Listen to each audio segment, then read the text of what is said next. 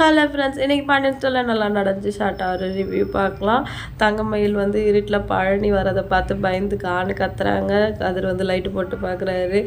பாண்டியனும் வந்துடுறாரு. செமத்தியாக பழனிக்கு 4 டோஸ் விடு, இந்த நேரத்தில் ஏன்டா லைட்டு போடாமல் வந்த, பொண்ணை பார்த்தா பயப்பட மாட்டாங்களா அப்படின்னு சொல்லிட்டு உடனே பழனி எனக்கு மாடியில் ரூம் கட்டி கொடுத்துருங்க, நான் அங்கேயே தின்னுட்டு அங்கேயே இருந்துக்கிறேன் அப்படின்னு சொல்லிட்டு பதிலுக்கு பாண்டியனுக்கு கவுண்டரை கொடுக்குறாரு.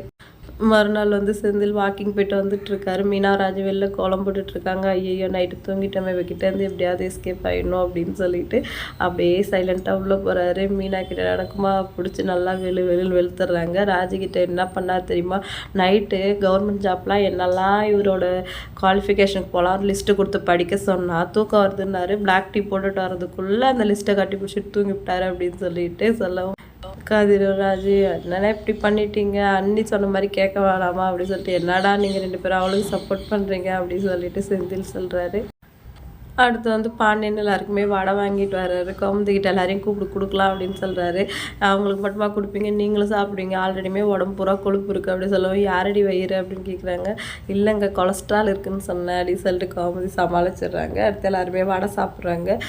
மீனா இப்போ கடகப்பலகாரம் சாப்பிட்லாமான்னு தங்கமயில கேட்குறாங்க. யாராவது பாசமாக கொடுத்தா சாப்பிட்லாம் அப்படின்னு சொல்லிட்டு தங்கமயில் சொல்கிறாங்க. அடுத்து ட்ரெயின் டிக்கெட்லாம் போட்டாச்சா அப்படின்னு சொல்லிட்டு செந்தில் கேட்குறாரு. போட்டாச்சு, இது தக்கல்ல போட்டது 350 டிக்கெட் 600 ஆயிடுச்சு அப்படின்னு சொல்லிட்டு பாண்டியன் சொல்கிறாரு. எதுக்கு அவ்வளோ செலவு பண்ணி போட்டிங்க அப்படின்னு சொல்லி சரண் கேட்குறாரு. சௌரியமாக போவேணாமாடா அப்படின்னு சொல்லிட்டு பாண்டியன் சொல்லவும், மீனாவும் செந்திலும் போனப்போ நீங்கள் ட்ரெயின் டிக்கெட் போட்டு கொடுத்த மாதிரி தெரியலையே அப்படின்னு சொல்லிட்டு பழனி சொல்கிறாரு.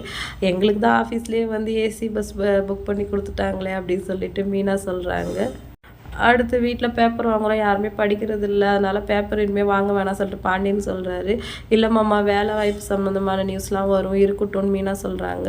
இல்லை யார் இங்கே வேலைக்கு போகிறா அப்படின்னு சொல்லவும், ராஜ் நான் தான் ஃப்யூச்சரில் போவேன்ல மாமா, எனக்கு யூஸ் ஆகும் அப்படின்னு சொல்கிறாங்க. அது சரி எல்லாம் சொல்கிறீங்களே தவிர படிக்க மாட்டீங்க, இனிமேல் வாங்க வேண்டாம் அப்படின்னு சொல்லிட்டு பாண்டியன் சொல்கிறாரு.